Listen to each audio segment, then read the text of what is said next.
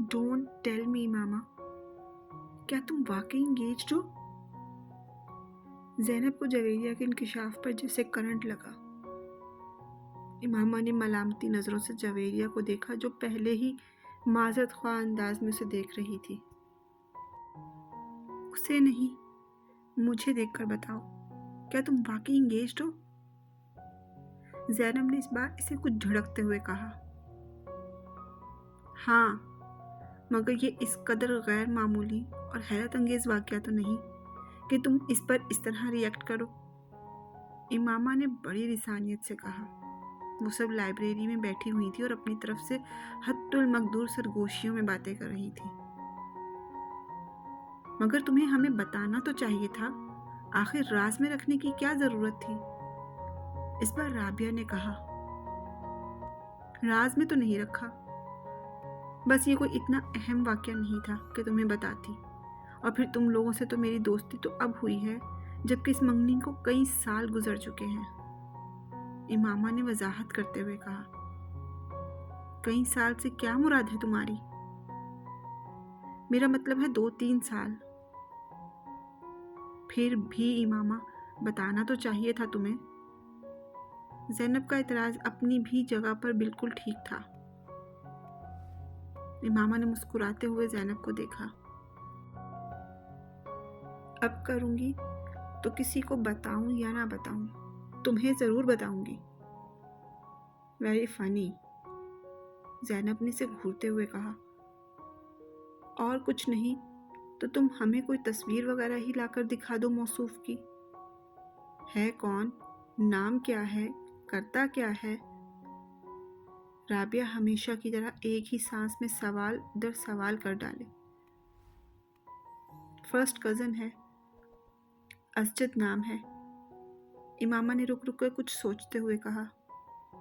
MBA किया है इसने और बिजनेस करता है। शक्लो सूरत कैसी है? इस बार ज़ैनब ने पूछा। इमामा ने गौर से उसके चेहरे को देखा। ठीक है, ठीक है, मैं तुमसे पूछ रही हूँ। लंबा है, डार्क है, हैंडसम है। इस बार इमामा मुस्कुराते हुए कुछ कहे बगैर ज़ैनब को देखती रही। इमामा ने अपनी पसंद से ये मंगनी की है और वो अच्छा खासा गुड लुकिंग है। जवेरिया ने इस बार इमामा की तरफ से जवाब देते हुए कहा। हाँ, हमें अंदाज़ा कर लेना चाहिए था, आखिर वो इमामा का फर्स्ट कज़न है।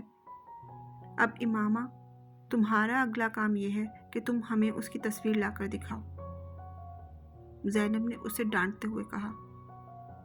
नहीं, इससे पहले का ज़रूरी काम ये है कि तुम हमें कुछ खिलाने पिलाने लेके चलो, राबिया ने मदाखलत करते हुए कहा।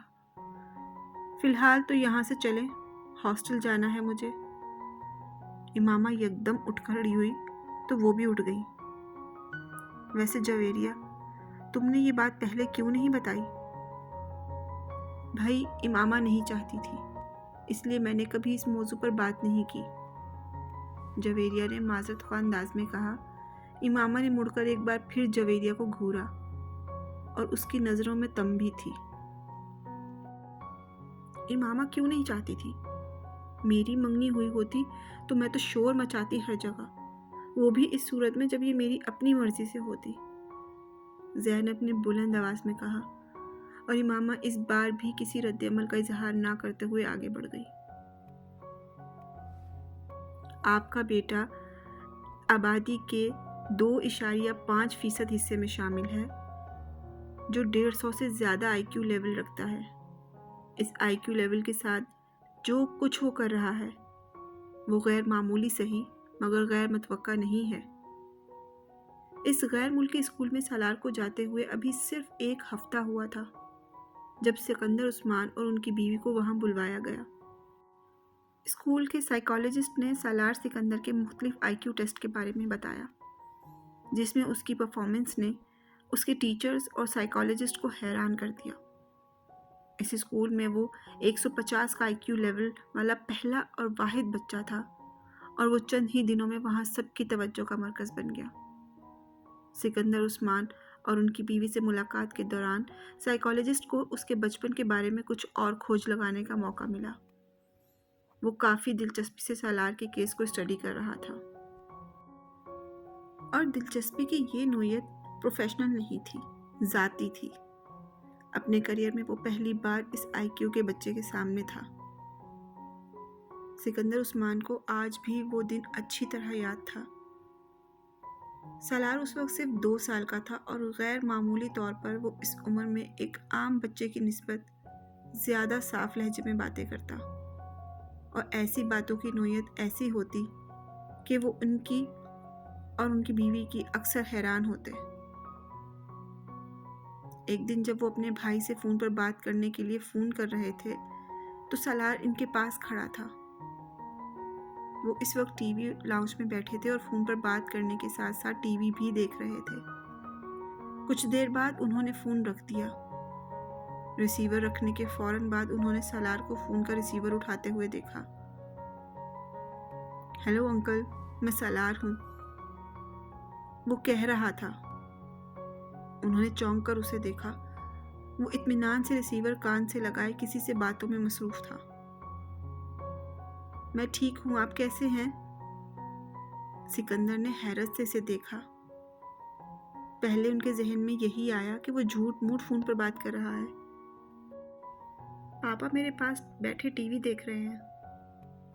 नहीं, उन्होंने नहीं किया, मैंने खुद किया है। वो उसके अगले जुमले पर चौंके।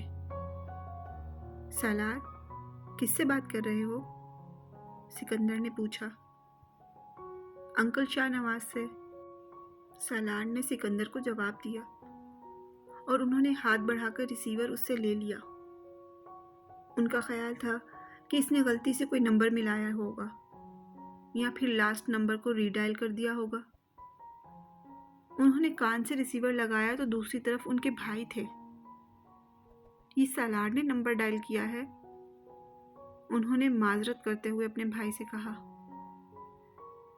सालार ने कैसे डायल किया? वो तो बहुत छोटा है, उनके भाई ने दूसरी तरफ कुछ हैरानी से पूछा। मेरा ख्याल है उसने आपका नंबर रीडायल कर दिया है, इत्तेफाक से हाथ लग गया होगा, हाथ मार रहा था सेट पर। उन्होंने फ़ोन बंद कर दिया और रिसीवर नीचे रख दिया। सालार जो खामोशी के साथ उनकी गुफ्तगू सुनने में मसरूफ़ था, रिसीवर नीचे रखते ही उसने एक बार फिर रिसीवर उठाया। इस बार सिकंदर उस्मान उसे देखने लगा। वो बिल्कुल किसी मैच्योर आदमी की तरह एक बार फिर शाहनवाज का नंबर डायल कर रहा था और बड़ी रवानी के साथ वो एक लम्हे के लिए दम बखुद रह गए। 2 साल के बच्चे से उन्हें ये तवक्को नहीं थी। उन्होंने हाथ बढ़ाकर क्रेडिल रख दिया। सालार, तुम्हें शाहनवाज का नंबर मालूम है? उन्होंने हैरानी के झटके से संभलते हुए कहा। हाँ, बड़े इत्मीनान से जवाब दिया गया। क्या नंबर है? इसने भी रवानी के साथ वो नंबर दोहरा दिया। वो उसका चेहरा देखने लगे। उन्हें अंदाज़ा नहीं था कि वो गिनती की आदात से वाकिफ होगा।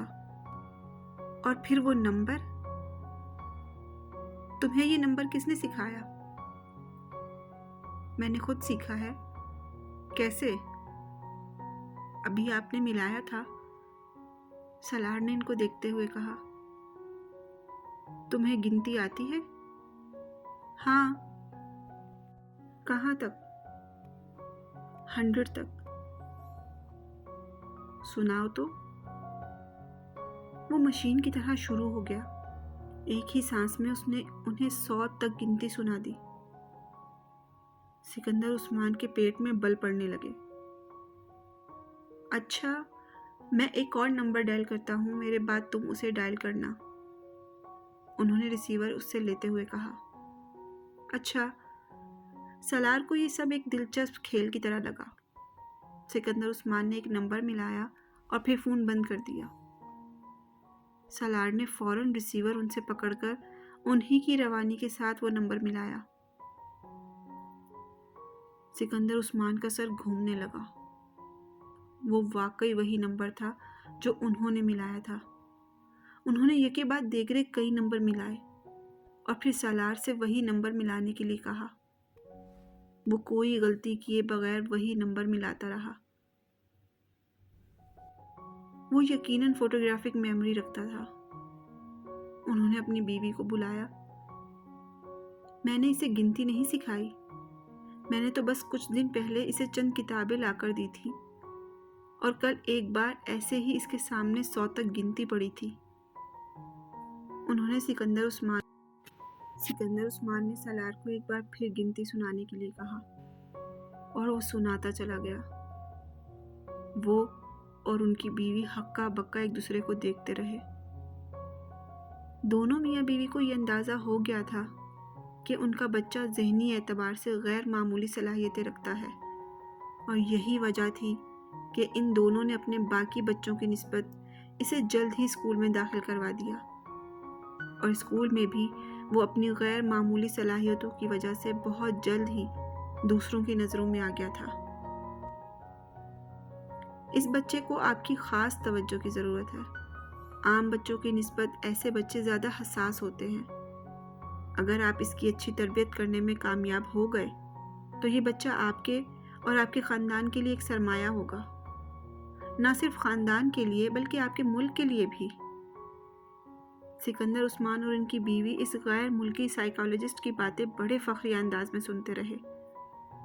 अपने दूसरे बच्चों के मुकाबले में वो सलार को ज़्यादा अहमियत देने लगे थे। वो उनकी सबसे चहीती औलाद थी और उन्हीं की कामयाबियों पर फ़ख्र था।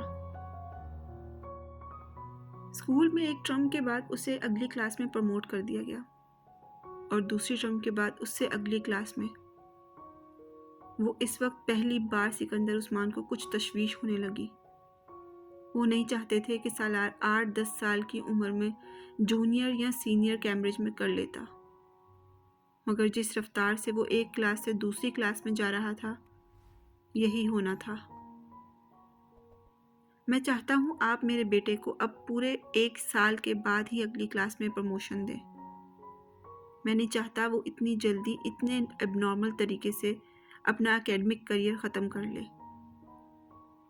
आप उसके सब्जेक्ट्स और एक्टिविटीज़ बढ़ा दें, मगर उसे नॉर्मल तरीके से ही प्रमोट करें। उनके इसरार पर सालार को दोबारा 1 साल के अंदर डबल या ट्रिपल प्रमोशन नहीं दिया गया। उसके टैलेंट को स्पोर्ट्स और दूसरी चीज़ों के ज़रिए चैलेंजाइज किया गया। शतरंज, टेनिस, गोल्फ और म्यूज़िक, वो 4 शोबे थे जिनमें इसे सबसे ज़्यादा दिलचस्पी थी। मगर इसका ये मतलब नहीं था कि वो ख़ुद को सिर्फ इन 4 चीज़ों तक महदूद रखता था। वो स्कूल में होने वाले तकरीबन हर गेम में शरीक होता और अगर किसी में शरीक नहीं होता था तो उसकी वजह सिर्फ ये होती कि वो गेम या स्पोर्ट्स नहीं था। जवेरिया, प्रोफेसर इम्तिनान के लेक्चर के नोट्स मुझे देना। इमामा ने जवेरिया को मुखातिब किया जो एक किताब खोले बैठी हुई थी। जवेरिया ने हाथ बढ़ाकर अपनी एक नोटबुक उसे थमा दी। इमामा नोटबुक खोलकर सफ़े पलटने लगी। जवेरिया एक बार फिर किताब के मुताले में मसरूफ़ हो गई। कुछ देर बाद अचानक उसे जैसे ख्याल आया। उसने मुड़कर अपने बिस्तर पर बैठी हुई इमामा को देखा। तुमने लेक्चर नोट करना क्यों बंद कर दिया है? उसने इमामा को मुखातिब किया। इमामा ने नोटबुक से नज़रें उठाकर उसे देखा। मुझे कुछ समझ में आए तो मैं नोट करूं। क्या मतलब? तुम्हें प्रोफेसर इम्तिनान का लेक्चर भी समझ नहीं आता? जवेरिया को जैसे हैरत हुई। इतना अच्छा तो पढ़ाते हैं। मैंने कब कहा कि पढ़ाते अच्छा नहीं है? बस मुझे। उसने कुछ उलझे हुए लहजे में अपनी बात को अधूरा छोड़ दिया। वो एक बार फिर हाथ में पकड़ी नोटबुक को देख रही थी। जवेरिया ने इसे गौर से देखा। तुम आजकल कुछ गायब दिमाग नहीं होती जा रही? डिस्टर्ब हो किसी वजह से? जवेरिया ने अपने सामने रखी किताब बंद करते हुए बड़े हमदर्दाना लहजे में कहा। डिस्टर्ब? नहीं, ऐसी कोई बात नहीं है। तुम्हारी आंखों के गिर्द हल्के भी पड़े हुए हैं। कल रात को शायद 3:30 का वक्त था जब मेरी आंख खुली, तो तुम उस वक्त भी जाग रही थी। मैं पढ़ रही थी। नहीं, सिर्फ किताब अपने सामने रखी हुई, मगर किताब पर नजर नहीं थी। तुम्हें कोई मसला तो नहीं है? क्या मसला हो सकता है मुझे? फिर तुम इतनी चुप चुप क्यों रहने लगी हो? जवेरिया उसकी टाल मटोल से मुतासिर हुए बगैर बोली। नहीं, मैं क्यों चुप रहूंगी? इमामा ने मुस्कुराने की कोशिश की। मैं तो पहले ही की तरह बोलती हूँ।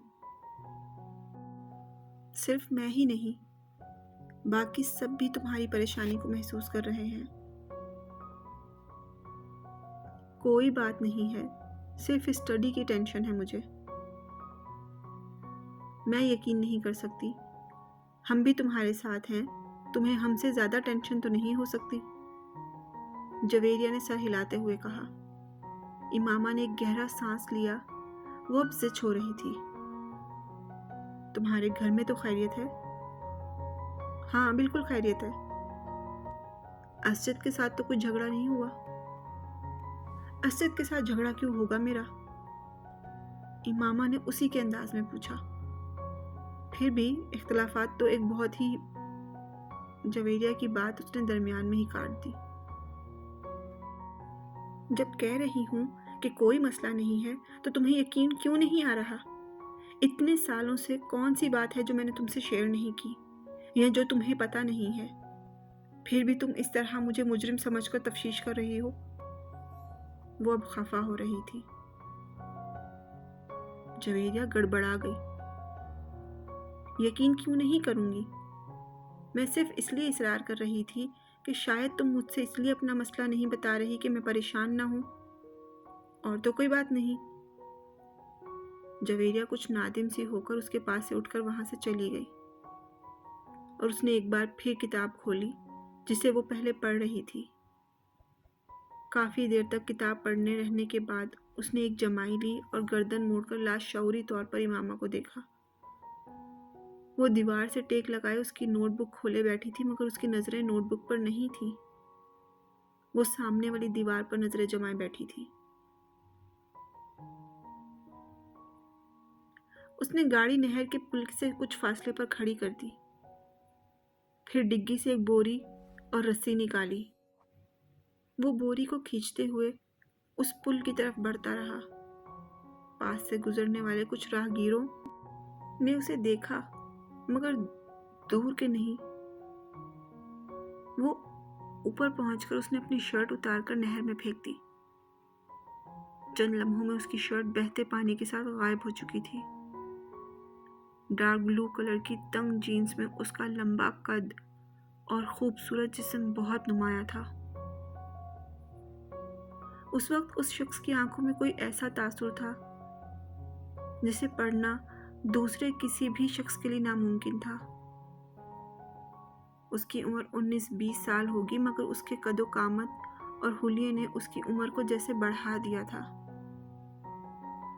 उसने रस्सी पुल से नीचे नहर में लटकानी शुरू कर दी। जब रस्सी का दूसरा सिरा पानी में गायब हो गया तो उसने रस्सी का दूसरा सिरा बोरी के मुंह पर लपेटकर सख्ती से गिरह लगानी शुरू कर दी और इस वक्त तक लगाता रहा जब तक कॉइल खत्म नहीं हो गया। फिर पानी में पड़ा सिरा वापस खींचकर उसने अंदाजे से 3 फुट के करीब रस्सी छोड़ी और अपने दोनों पैरों के साथ जोड़ते हुए उसने पैरों के गिर्द रस्सी को बहुत मजबूती के साथ 2-3 बल दिए और गिलार लगा दी। अब इस 3 फुट के टुकड़े के सिरे पर बड़ी महारत के साथ उसने 2 फंदे बनाए। फिर उचक कर पुल की मुंडेर पर बैठ गया। अपना दायां हाथ कमर के पीछे ले जाते हुए इसने बाएं हाथ के साथ पहले फंदे में से दायां हाथ गुजारा और फिर बाएं हाथ के साथ उसने वो फंदा खींचकर कस दिया।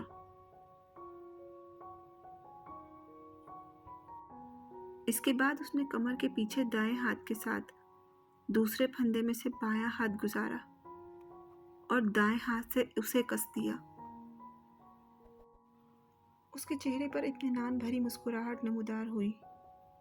एक गहरा सांस लेते हुए उसने पुश्त के बल खुद को मुंडेर से नीचे गिरा दिया। एक झटके के साथ उसका सर पानी से टकराया और कम तक का हिस्सा पानी में डूब गया। फिर रस्सी खत्म हो गई। अब वो इसी तरह लटका हुआ था कि उसके बाजू पुष्ट पर बंधे हुए थे। कमर तक का धड़ पानी के अंदर था। बोरी में मौजूद वजन यकीनन उसके वजन से ज्यादा था। यही वजह थी कि बोरी उसके साथ नीचे नहीं आई। वो इसी तरह लटका गया। उसने अपना सांस रोका हुआ था। पानी के अंदर अपना सर जाते ही इसने आंखें खुली रखने की कोशिश की, मगर नाकाम रहा। पानी गदला था और उसमें मौजूद मिट्टी उसकी आंखों में चुभने लगी। उसने आंखें बंद कर ली। उसके फेफड़े अब जैसे फटने लगे थे। इसने एकदम सांस लेने की कोशिश की और पानी मुंह और नाक से उसके जिस्म के अंदर दाखिल होने लगा। वो बुरी तरह फड़फड़ा रहा था, मगर ना अपने बाजुओं को इस्तेमाल करके खुद को सतह पर ला सकता था और ना ही अपने जिस्म को उठा सकता था। उसके जिस्म की फड़फड़ाहट आहिस्ता आहिस्ता दम तोड़ रही थी।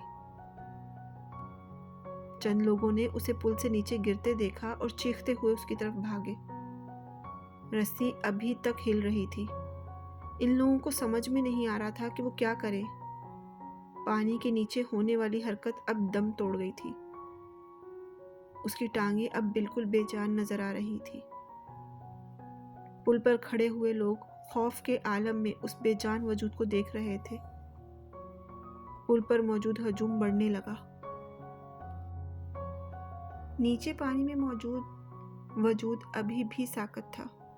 सिर्फ पानी उसे हरकत दे रहा था, किसी पेंडुलम की तरह आगे पीछे आगे पीछे आगे पीछे। इमामा जल्दी से तैयार हो जाओ। राबिया ने अपनी अलमारी से अपना एक सूट निकालकर बेड पर फेंकते हुए कहा। किस लिए तैयार हो जाओ? भाई शॉपिंग के लिए जा रहे हैं, साथ चलो। राबिया ने उसी तेज रफ्तारी के साथ इस्त्री का प्लग निकालते हुए कहा। नहीं, मुझे कहीं नहीं जाना, उसने एक बार फिर अपनी आंखों पर अपना बाजू रखते हुए कहा और वो बिस्तर पर लेटी रही। क्या मतलब है मुझे कहीं नहीं जाना? तुमसे पूछ कौन रहा है? तुम्हें बता रहे हैं और मैंने बता दिया है मैं कहीं नहीं जा रही। ज़ैनब भी चल रही है हमारे साथ, पूरा ग्रुप जा रहा है। फिल्म भी देखेंगे वापसी पर, राबिया ने पूरा प्रोग्राम बताते हुए कहा। इमामा ने एक लहजे के लिए अपने आंखों से बाजू हटाकर उसे देखा। ज़ैनब भी जा रही है? हाँ, ज़ैनब को हम रास्ते से पिक करेंगे। तुम बहुत डल होती जा रही हो इमामा। हमारे साथ कहीं आना जाना ही छोड़ दिया है तुमने। आखिर होता क्या जा रहा है तुम्हें? कुछ नहीं, बस मैं आज कुछ थकी हुई हूँ, इसलिए सोना चाह रही हूँ, इमामा ने बाजू हटाकर इसे देखते हुए कहा। थोड़ी देर बाद जवेरिया भी अंदर आ गई और वो भी उसे साथ चलने के लिए मजबूर करती रही, मगर इमामा की जुबान पर एक ही रट थी, नहीं मुझे सोना है, मैं बहुत थक गई हूँ। वो मजबूरन उसे बुरा भला कहते हुए वहां से चली गई। रास्ते से उन्होंने ज़ैनब को उसके घर से पिक किया और ज़ैनब को पिक करते हुए जवेरिया को याद आया कि इसके बैग के अंदर उसका वॉलेट नहीं है। वो उसे हॉस्टल में ही छोड़ आई थी। वापस हॉस्टल चलते हैं, वहां से वॉलेट लेकर फिर बाजार चलेंगे। जवेरिया के कहने पर वो लोग दोबारा हॉस्टल चली आईं, मगर वहां आकर उन्हें हैरानी का सामना करना पड़ा, क्योंकि कमरे के दरवाजे पर ताला लगा हुआ था। ये इमामा कहाँ है? पता नहीं कमरा लॉक करके इस तरह कहाँ जा सकती है। वो तो कह रही थी उसे सोना है। हॉस्टल में तो किसी के रूम में नहीं चली गई।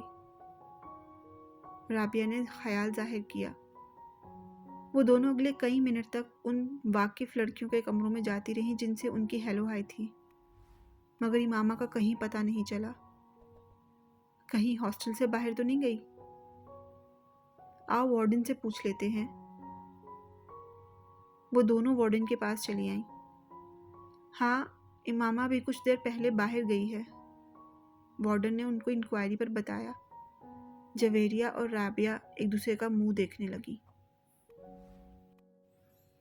वो कह रही थी शाम को आएगी, वार्डन ने उन्हें मजीद बताया। वो दोनों वार्डन के कमरे से निकल आई। ये गई कहाँ है? हमारे साथ तो जाने से इनकार कर दिया था, इसे सोना था, और वो थकी हुई थी और उसकी तबीयत खराब थी, और अब इस तरह गायब हो गई है। रात को वो कदरे लेट वापस आई, और जिस वक्त वो वापस आई इमामा कमरे में मौजूद थी। इसने मुस्कुराते हुए इन दोनों का इस्तकबाल किया। लगता है खासी शॉपिंग हुई है आज। इसने इन दोनों के हाथों में पकड़े हुए शॉपर्स को देखा। इन दोनों ने उसकी बात के जवाब में कुछ नहीं कहा, बस शॉपर्स रखकर उसे देखने लगी। तुम कहाँ गई हुई थी? जवेरिया ने उससे पूछा तो इमामा को जैसे एक झटका लगा। मैं अपना वॉलेट लेने वापस आई थी तो तुम यहाँ नहीं थी, कमरा लॉक था। मैं तुम लोगों के पीछे गई थी। क्या मतलब? जवेरिया ने कुछ ना समझने वाले अंदाज में कहा। तुम्हारे निकलने के बाद मेरा इरादा बदल गया था। मैं यहाँ से ज़ैनब की तरफ गई क्योंकि तुम लोगों को उसे पिक करना था, मगर उसके चौकीदार ने बताया कि तुम लोग पहले ही वहाँ से निकल गए हो। फिर मैं वहाँ से वापस आ गई। बस रास्ते में कुछ किताबें ली थी मैंने, इमामा ने कहा। देखा, तुमसे पहले कहा था कि हमारे साथ चलो, मगर इस वक्त तुमने फ़ौरन इनकार कर दिया। बाद में बेवकूफ़ों की तरह पीछे चल पड़ी। हम लोग तो मशकूक हो गए थे तुम्हारे बारे में। राबिया ने कुछ इत्मीनान से एक शॉपर खोलते हुए कहा। इमामा ने कोई जवाब नहीं दिया, वो सिर्फ मुस्कुराते हुए इन दोनों को देखती रही। वो दोनों अब अपने शॉपर्स खोलते हुए ख़रीदारी की हुई चीज़ों को उसे दिखा रही थी।